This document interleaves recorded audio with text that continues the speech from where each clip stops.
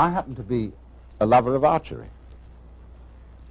But I don't like archery for killing things. I like it as a sport. But what I like most of all is to set an arrow free, like it were a bird. You know, when it gets far up in the sky, whee! You watch it. And it suddenly turns and drops. What is it that fascinates us about that? Because it's not useful. It doesn't really achieve anything that we would call purposive work. It simply is what we call play. But in our culture, we make an extremely rigid division between work and play. You're supposed to work in order to earn enough money to give you sufficient leisure time for something entirely different called having fun or play.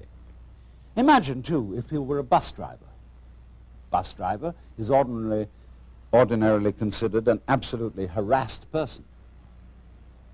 He's got to watch out for all the laws, all the competing traffic, the cops, the people coming on board giving their fares, and he has to give them change. And if he has it in his head that this is work, it will be hell. But let's suppose he has a different thing in his head.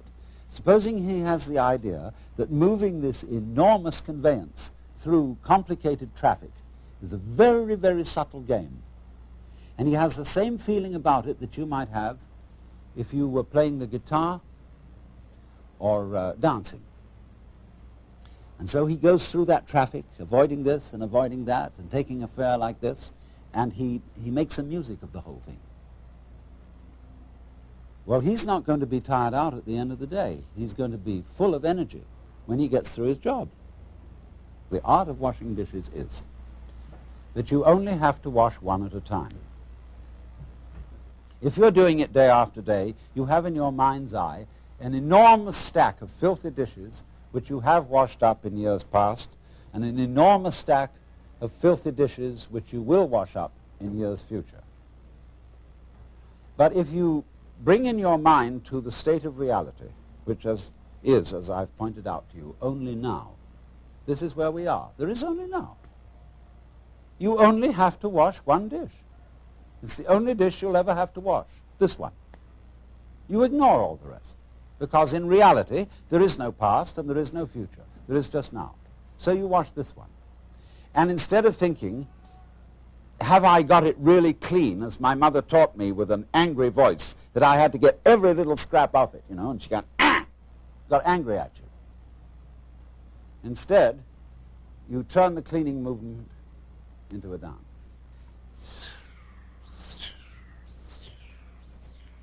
Like this.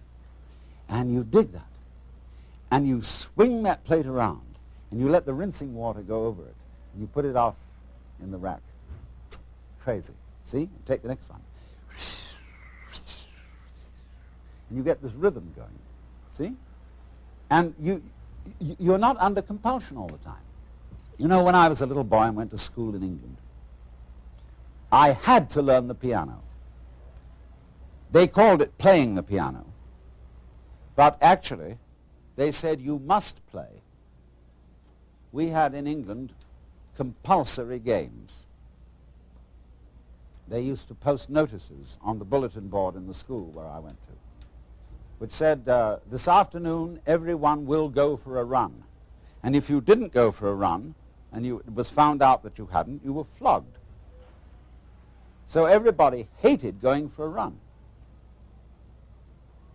because they were under compulsion to play.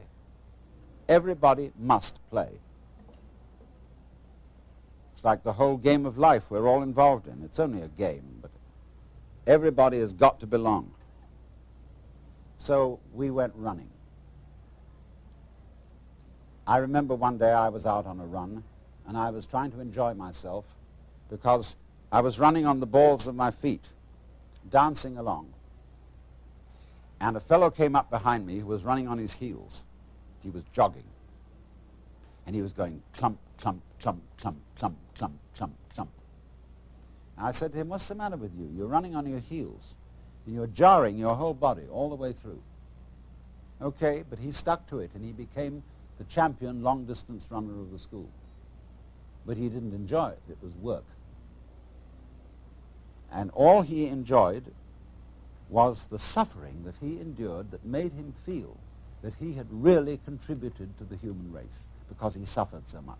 He identified his existence and his worth with his suffering. Now, really great runners dance when they run. They don't necessarily follow a straight course. They may weave. And in the same way, if you happen to witness in the year 1970 the World Cup Championship in soccer, you would have seen that the winning team from Brazil played soccer in a most extraordinary way. They played it like basketball. They played it dancing. The way we learned soccer in school when I was a boy was very, very formal and orderly, and we didn't really enjoy it. But these fellows were bouncing balls off their shoulders, off every muscle, and they had astonishing teamwork. But at the same time were dancing the game, and the sports writer in the London Times said that they danced their way to victory. So the point is, therefore, that you can do everything you have to do in this spirit. Don't make a distinction between work and play. Regard everything that you're doing as play, and don't imagine for 1 minute that you've got to be serious about it. Let's take, for example, the rest of the world, other than ourselves. Think for a moment, what are vegetables doing? Let's, for example, consider this. And what's it all about? I mean, it serves us, human beings, by being decorative, but what is it from its own point of view? See, because here is this stalk, and all these leaves come out, ka-ching, ka-ching, ka-ching, ka-ching, ka-ching, ka-ching, all the way to the stalk, then whoops, it goes into this. And then it goes into flowers in the end, you see, and they go kitty, kitty, kitty, kitty, kitty, kitty, kitty, kitty, all around. But I look at the thing, and it's like a symphony. It's just like Bach doing a fugue with all the different movements going. And that's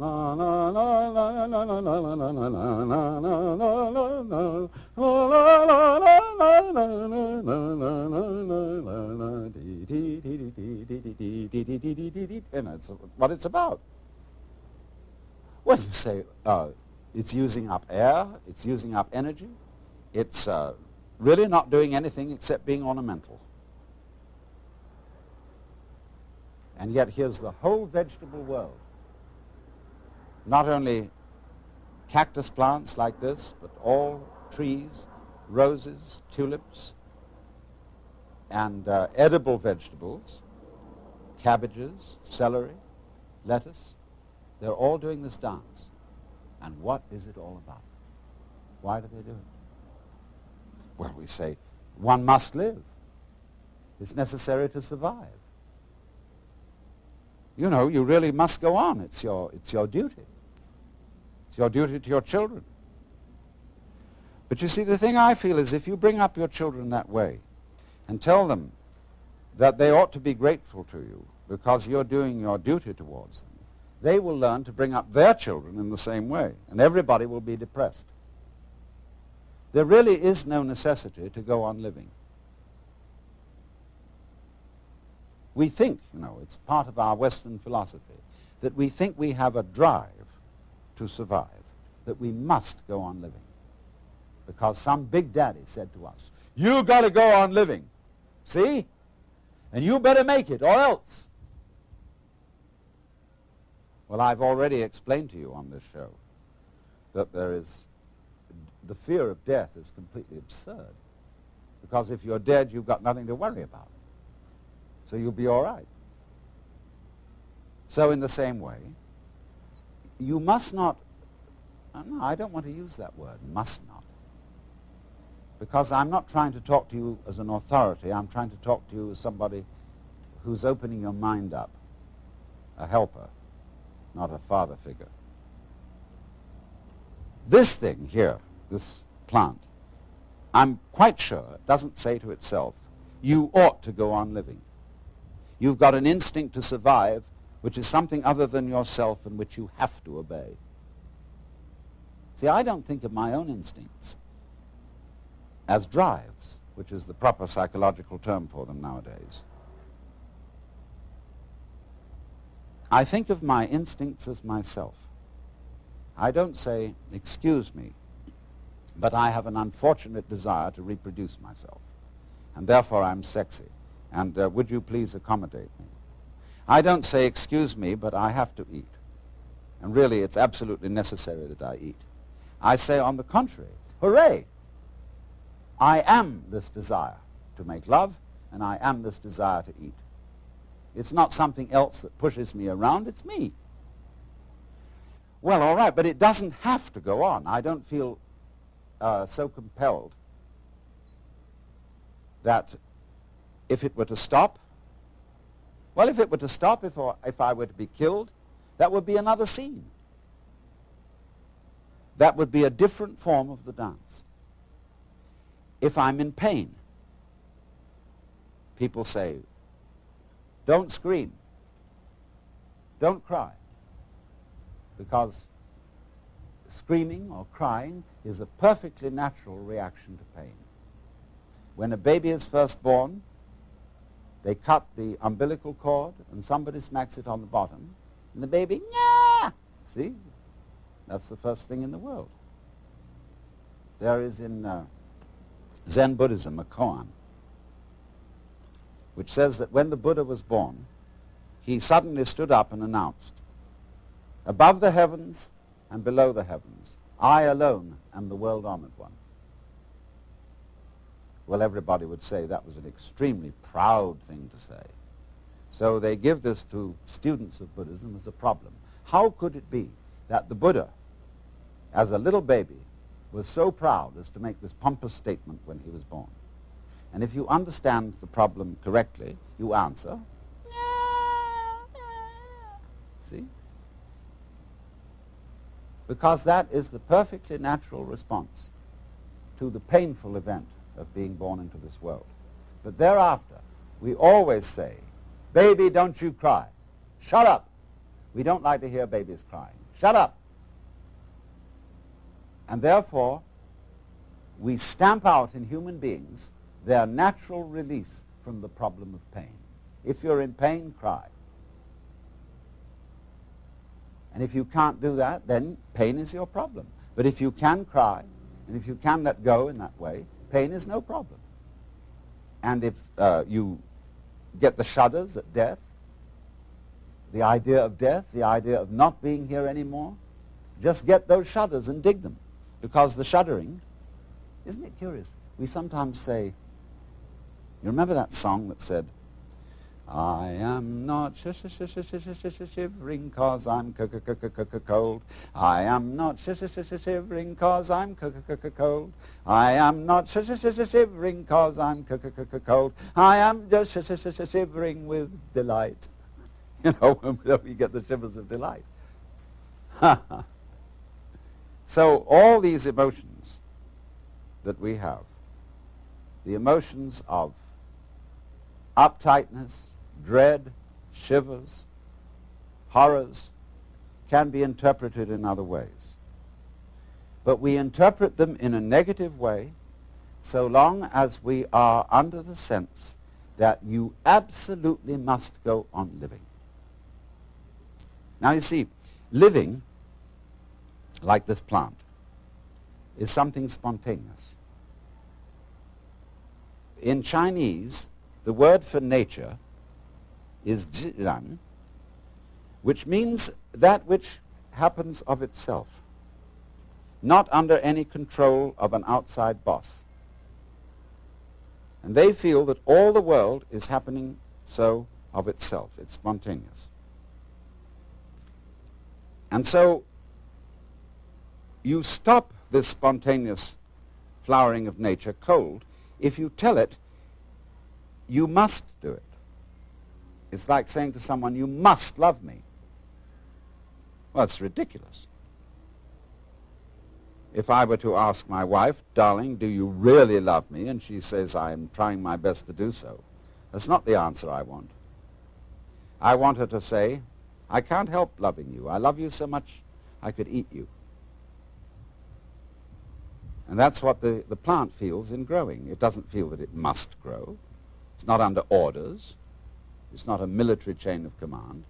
It does this spontaneously. So that when you try to command a spontaneous process, you stop it. It's like saying to someone, now, be unself-conscious.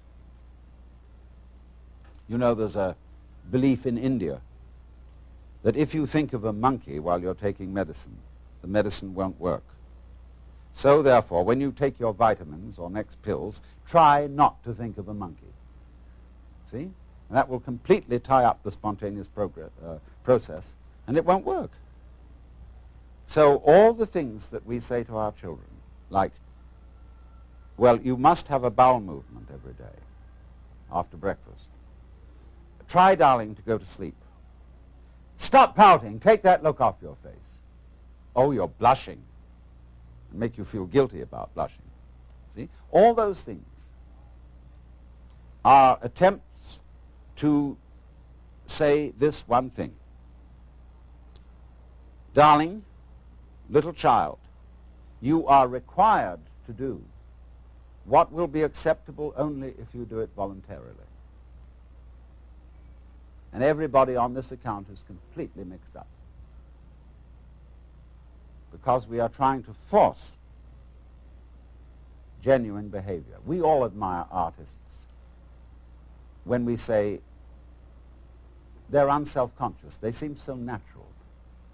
They seem to dance or paint or talk or play the piano so effortlessly.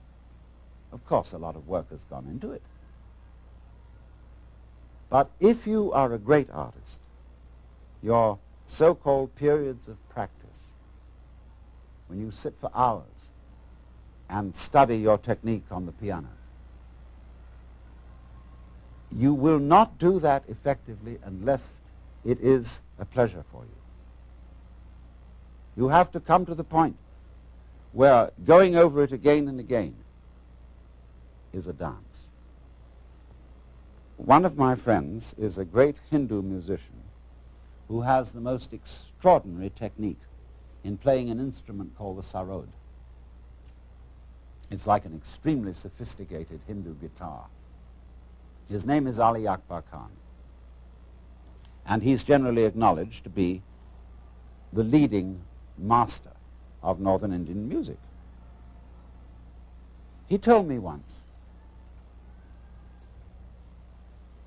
that the comprehension of music is in understanding one note. The meaning of that is he can sit for hours and hours working on this, but there really is only one note at a time. And he gets into that note and listens. He really listens. Gets into the sound. And it simply doesn't matter that it takes a long time, that he'll have to do this for many hours, because he's completely absorbed in listening to the sound he is now making. He's going with that vibration, as when you might chant, you see, like they do in yoga.